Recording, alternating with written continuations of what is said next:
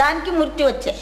వానికి మృత్యుయే లేదాన్ని రమణాసురునికి సీతను తీసుకుపోయి అహంకారంతో ఆ విషయాన్ని తన తపస్సుని భంగం చేసుకున్నాను అనమాట.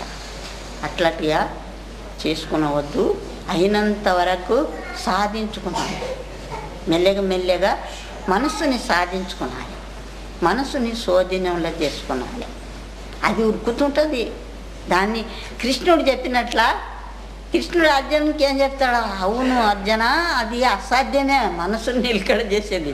కానీ నీవు సంస్కారం అన్నీ వేసుకో. సంస్కారం వేసుకుంటే నిన్ను లాక్కుంటుంది. ముందు జన్మ కన్నా అది లాక్కుంటుంది. ఆ సంస్కారం అనేది లాక్కుంటుంది. నన్ను పొందకుంటే కూడా ముందు జన్మ కన్నా పొందుతావు, ఈ జన్మలో పొందకుంటే అంటారు. సంస్కారం వేసుకున్నాం అంటారు. ఈ యుద్ధంలో నీవు సచ్చిన మేలే బతికిన మే నీవు రాజ్యసుఖంను భోగించుతావు అంటాడు.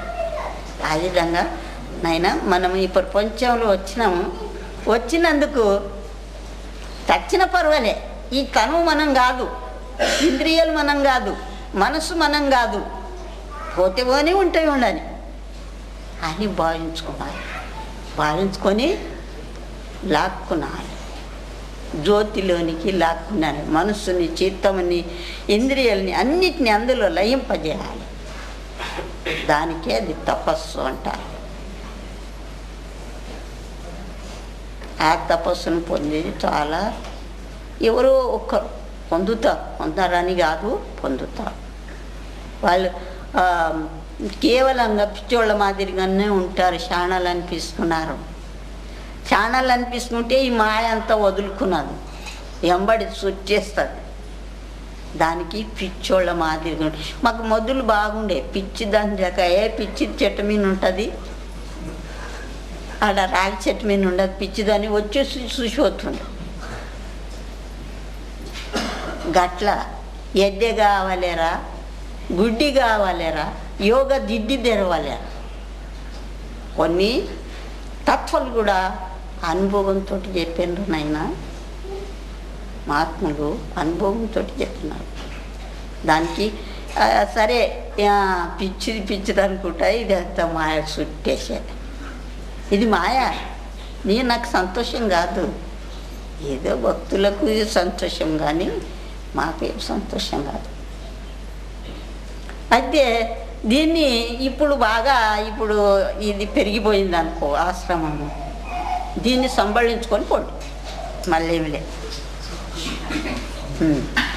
ధర్మంని అంటే కులం అంటే చూడైనా ధర్మ మార్గంగా సత్య మార్గంగా నడిచిందే శ్రేష్టత్వం కులం. అసత్య, అధర్మము, అబద్ధము, మోసము ఇట్లాంటి మోసకృత్యాలు చేసేదే కులం తప్పింది. దానికి సత్యధర్మంగా నడవాలి. గురువు భక్తి చేస్తున్నారు. ఇది ఏమి లేదు. అందరు పుట్టేది తల్లిదండ్రులకే. తల్లిదండ్రులు లేనిది ఎవరు పుట్టారు?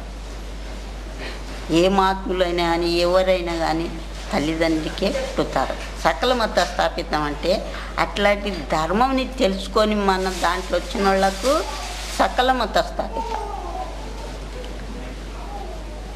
అంటే కూడుకొని నడవాలి. వాళ్ళకి జ్ఞానం ఇవ్వాలి.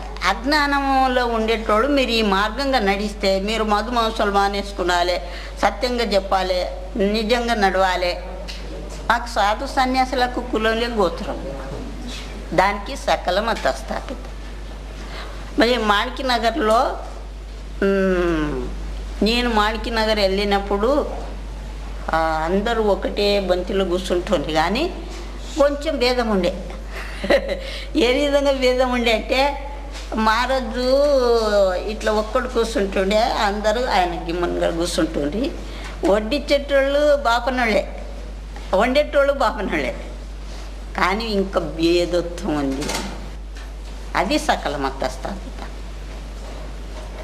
ఆ విధంగా ఉండాలి. భక్తులను కూడుకొని నడవాలి. భక్తులని హీనత్వంగా చూడాలి. ఇప్పుడు అందరూ కొన్ని దేవాలయాలు కూడా, ఇప్పుడు మంత్రాలయము ఆయన భక్తుడు, ఆయన వాళ్ళు దేశించుతారు. ఎవరు బాపన్నోళ్ళు దేశించితే ఆయన స్థాపించుతాడు. అప్పుడు వాళ్ళకు అప్పుడు జ్ఞానం కలుగుతుంది. అప్పుడు మహాత్ముడు అంటారు.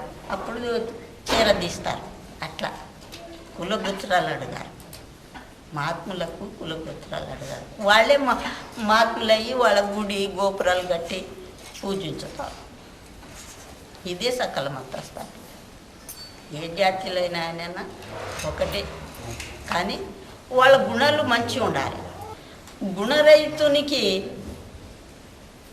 కులము లేదు, గోత్రం లేదు. వాల్మీకి మహర్షి రామనామం జపం చేసి ఆయన మహాత్ముడైపోయి, ఇప్పుడు రాదన్నమాట, అది ఎప్పుడు సమయంలో వస్తుంది అనమాట. ఓం శివరాం అనేది ప్రపంచంకి మేలు కలిగేది. నాయన మీ జన్మకి కూడా సఫల్యం కలిగేది, లక్ష్మి తోడ్పడుతుంది, మళ్ళీ మీ జన్మ సార్థకమవుతుంది. ఓం ఓం శివరాం. ఓంకారంతో పరమాత్మని వాళ్ళగా లయించిపోతుంది.